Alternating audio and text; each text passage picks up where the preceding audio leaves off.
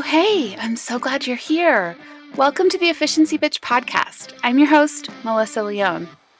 This podcast is dedicated to all the women out there who are aspiring to have a career while raising a family. And bitch? Well, that's more than a name and even an attitude. We use it as an acronym. It's for bank, inbox, time, connection, and harmony.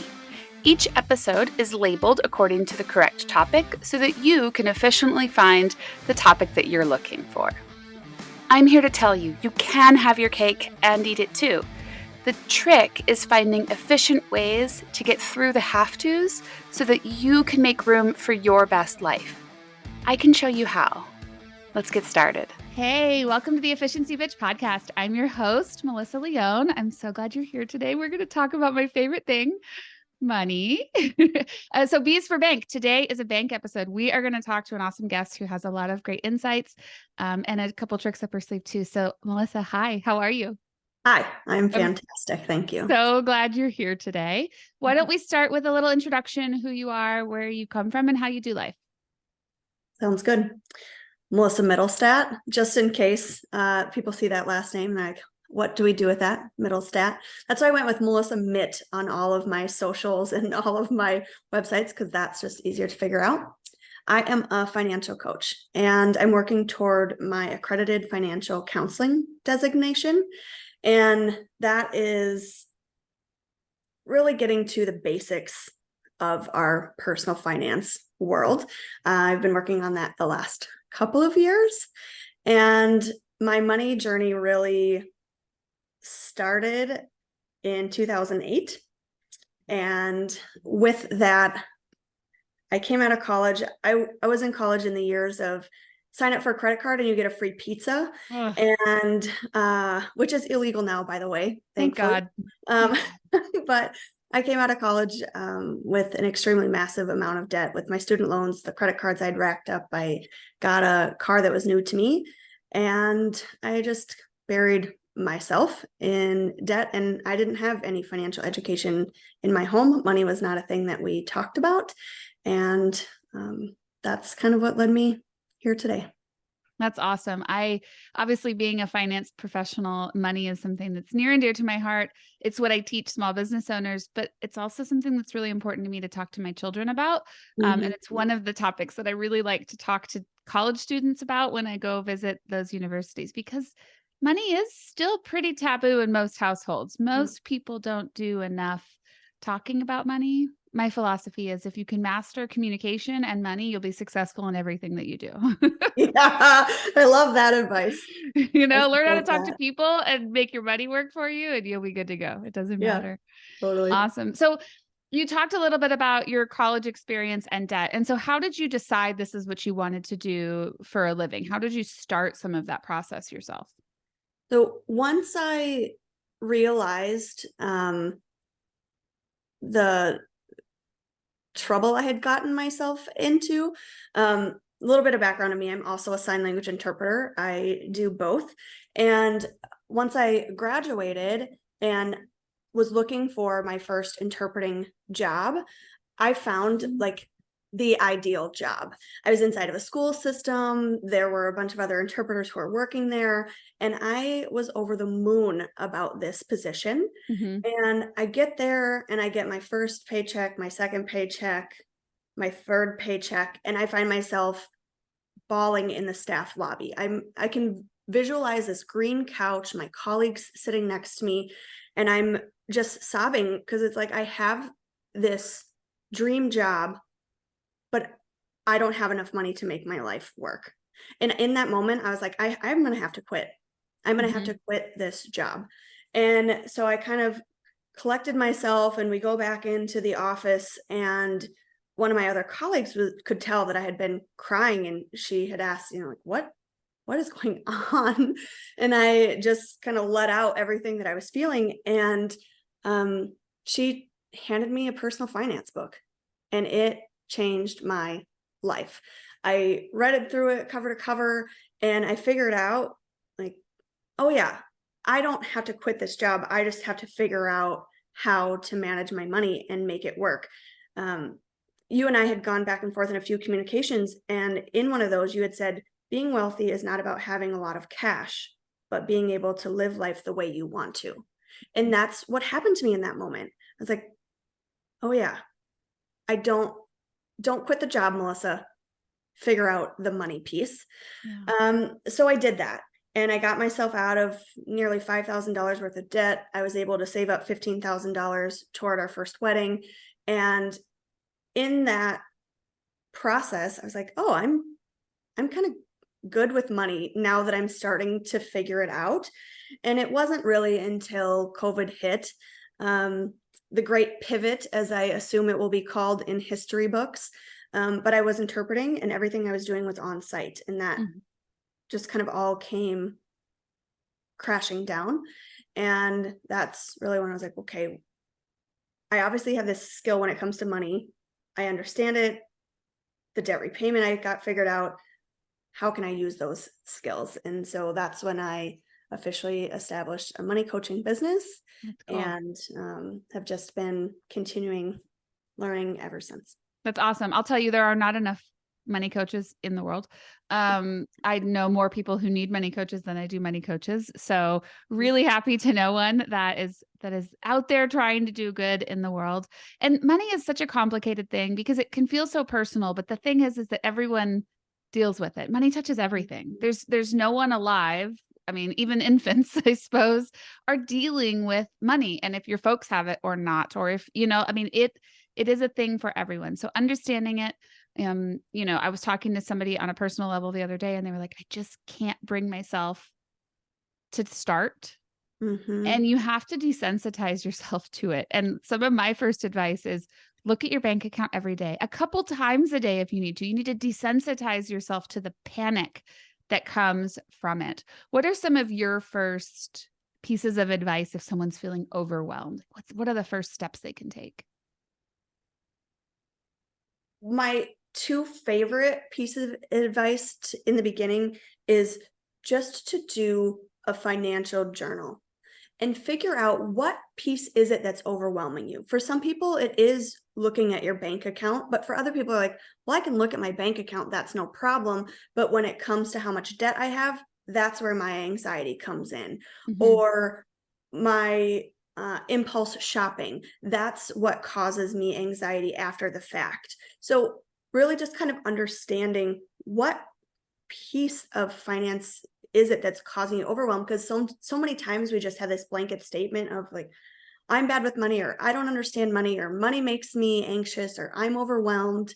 But finding where that stems from is a really great first point, because to tackle all of money, that's really not a thing, right? You've got to like figure out which piece of the puzzle it is that's causing you overwhelm. So that would be my first and foremost. Just start journaling about it. Is it when you pay a bill that makes you anxious? Is it when you open your bank statement? Is it after you've impulse shop? And just figure out that. Secondly, my ultimate favorite tip is to just start thanking our money. I don't know if you've ever read Happy Money by Ken Honda. But anyway, he does interviews with millionaires, billionaires, and it all boils down to like, are we thanking our money? The phrase is arigato in, arigato out. So we're not just thanking our money when it comes in, because a lot of times that's all that happens is it's payday and we're so excited, or we get a deposit into our checking account because somebody bought our product. But then what are we doing when we're spending our money? Most of the time we're like, oh, I don't want to pay that cell phone bill, or, oh, I don't want to. But what if instead we said, oh, I'm so grateful to have the money for communication that I get to have with my phone, or I'm so grateful for the money that I can watch that my favorite TV show or something. So being thankful coming both ways is one of my favorite tips. I love that because it's so simple, right? Like anybody can do it. And you might feel like, what's the point? But it changes your mind space completely. And little things like that go a really long way in your overall headspace with anything, right? If it's money that's stressing you out, or if it's something else altogether, those pieces of gratitude really go a long way. So talk to me a little bit about spending. Like, I know a lot of people who think, I've got my budget, but somehow I'm always stuck. I'm always missing it. I work with a lot of clients like this who have read Profit First and they think putting all this money in all these different buckets, but then like something's throwing them off. What is throwing people off of their plan? How does that happen over and over again? Yeah. There's two pieces to this puzzle. First and foremost is those sporadic expenses that come up. When we think about what is it that shows up every 6 months or every quarter or every year, that could be a car insurance, that could be a professional dues that you owe. Oftentimes, we don't think about those until we get the bill in that month.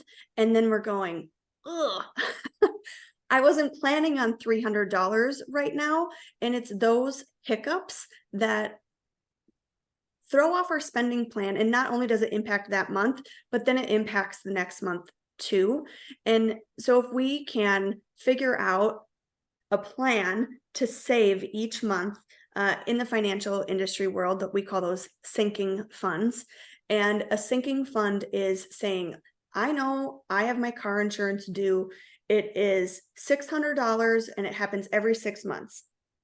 Well, I know then that I need to put $100 aside into a savings account, get it out of your checking account, into a savings account, ready and waiting, so that when that comes up, the money's there and it's ready for you to spend, instead of scrambling to try to figure out how you come up with it in that exact month. So that is the biggest piece, is to just eliminate those hiccups and create stability. And then the second thing is, a lot of people live on what we call credit card float, and we're paying away on or spending away on our credit card, and then we pay it off, but we're always living in reverse instead of getting ahead of our money. And one thing that I recommend for people is to just, and I know we want our points, I totally understand that, but even if for 1 month you can just use your debit card to see what can my spending plan actually handle, and then you can reintroduce your credit card after that, once you can kind of see how things shake out. But when we're always living on the credit, sometimes it's tough to see what can our income actually cover in the month. Yeah, that's really smart. I mean, credit cards are absolutely evil. Like, I write about this extensively in my book. I think that they are the worst thing. I mean, they just totally money hungry organizations, but we can't live without them, right? They're everywhere. And if you play it right, like you said, you can really take advantage of the points, but it can be really hard to see through some of that sometimes. They make it really easy to get into debt and to stay there. They make really it easy. very easy to get into debt and stay there. And I think one of my very first realizations when I was putting together my debt-free plan, I was like, oh, if I literally just paid my minimum, it could take decades to pay that off. And that's without even putting any more on there. Yep. And so you're right. They make it really easy to get in there and stay in there if you don't understand what it takes to either pay it off every month or to put together a plan to get rid of the debt. It's this phenomenon of compounding interest, right? It can work against you with credit cards, and it can work for you in savings. If you've never done this and you have credit card debt, Google credit card calculator. You'll find a million different options.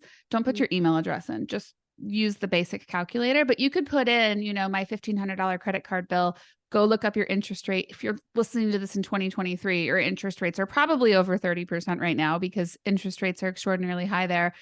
And put in your minimum payment, and it will show you how long it will take you to pay it off, and it will blow your mind. So sometimes just seeing the truth will change your opinion. I know a lot of people, when I start working with them in the business world, that will have $10,000 in a savings account, but they're holding a $2,500 credit card bill and they're paying the minimums. And I'm like, no, you're spending so much money in interest. Wipe it out. Now, there are times when you need to use that credit card, and I'm not saying don't use it if you must, but you must be very aware of when it is very, very necessary to use it, and really only use it in those moments. I hate credit cards, but if you can learn to master them, and if you have the tenacity, I suppose, to stay on top of it, it can be pretty good. All right. So Melissa, talk to me about pay yourself first. I love this. Tell me what you know about pay yourself first. Oftentimes when we think through our money, we think, okay, I need to pay those needs off, meaning I've got to pay my rent or mortgage, I've got to pay my car payment, so those things that I am required to pay, those are my needs. I would pay those first, and then we would go to our wants. So that's where we're talking about our fitness, our streaming, our clothes, our hair, nails, that type of thing. And then what we have left over, we would save. But what happens a lot of times is that leftover bucket gets smaller and smaller and smaller. And so the pay yourself first flips that algorithm, if you will, and says, decide how much you're going to put in savings, whether that's 10%, 15%, put that away first. Then take a look at then take a look at the requirements, the needs, the mortgage, the car, all that. And then what's left goes towards the wants.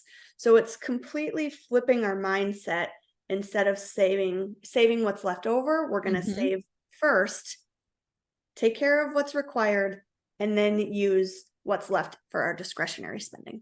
100%. It's really easy to make your wants get bigger. It's so easy.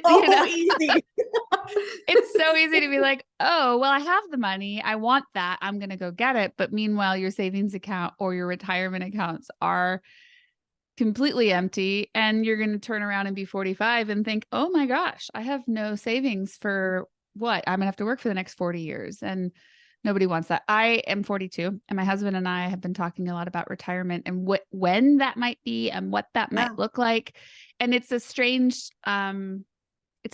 phase, right? Because when you're young and you're in your 20s and 30s, you think I have so much time.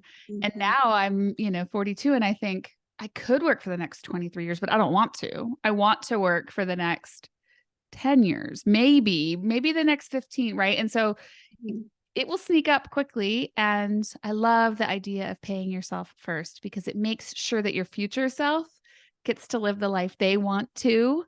Because it matters. Have you read The Latte Factor? No, I haven't. So The Latte Factor, yeah, it's a story. It sounds like you already know the information, but it's a story about a girl who is learning about paying yourself first. And she literally goes through this whole journey. It's not a textbook type of read on financial literacy, but it's a story about it. And it's really well done. The whole concept there, pay yourself first, make sure that your future self has the money that they need in order to live the life that you want, because somebody's got to pay for it. Somebody's got to pay for it. One of my favorite things to talk to folks about is, so if you are in your 20s and your 30s and you think, oh, that's so far off, one of my favorite things to do is go to one of those apps that can like make you look old. Like find one that says, what will I look like when I'm 80? And then take a screenshot of that.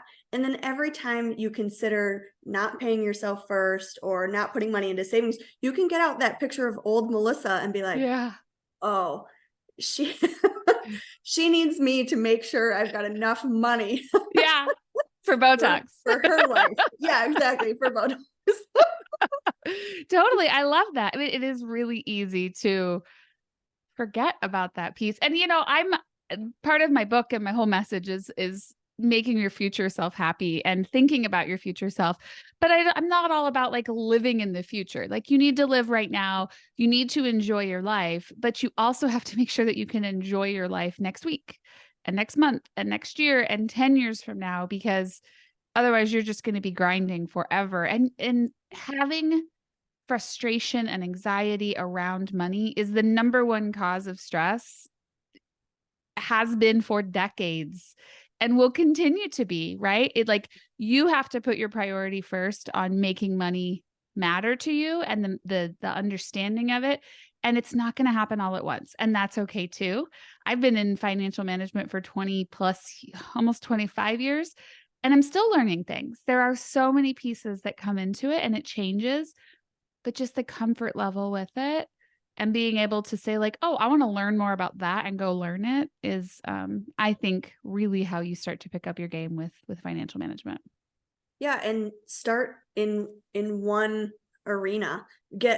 Find something that you feel comfortable looking at, whether that is trying to think about retirement planning and how would I even go about that, or if it's I'm ready to buy a house and I need to make sure my credit score is intact or whatever. There's just so many different facets to money that, again, just find that thing that it is that you're needing to learn right now and then tackle that instead of going down this rabbit hole of I've got to have my entire financial picture perfect. Like that's unattainable. Unattainable. Yeah. And it's going to change constantly, right? You can, I, did my plans this week of retirement, like I was talking about, and how old are you going to be when you die? Well, I think I'm going to be 100. That's what I've been telling my kids for my whole life. I'm going to be 100 years old when I die. And so is my husband. And so this is how much money we need in order to survive. And then you throw in, your Social Security kicks in at this age, and then, your mortgage will be paid off then. And there's a lot going on. Like, don't try to do it all by yourself.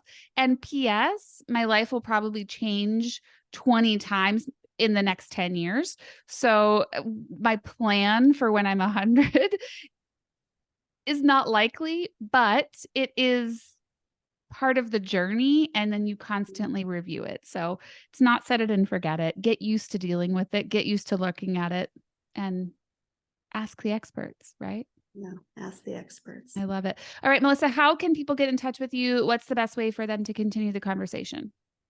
Best place is on Instagram, Okay. _@ Melissa Mitt. And there I'm sharing tips, tricks. I've got some free guides available, my link in my bio. That is the best place to find me. Awesome. Well, thank you so much for coming. And I'm so glad you came by to listen today. If this is your first time here, welcome to the Beehive. If you want to go and subscribe, you won't miss next week's episode. And until then, I'm Melissa Leon. See ya. Well, that wraps it up. Thank you so much for listening. If you're new around here, please be sure to leave us a review on any podcast platform you're listening to. And you can always reach out to me to let me know what topics you're interested in hearing about, or maybe telling me someone you think would be great for the show. Either way, I'd love to hear from you. You can find me on Facebook and Instagram at EfficiencyBee. Until next time, see ya.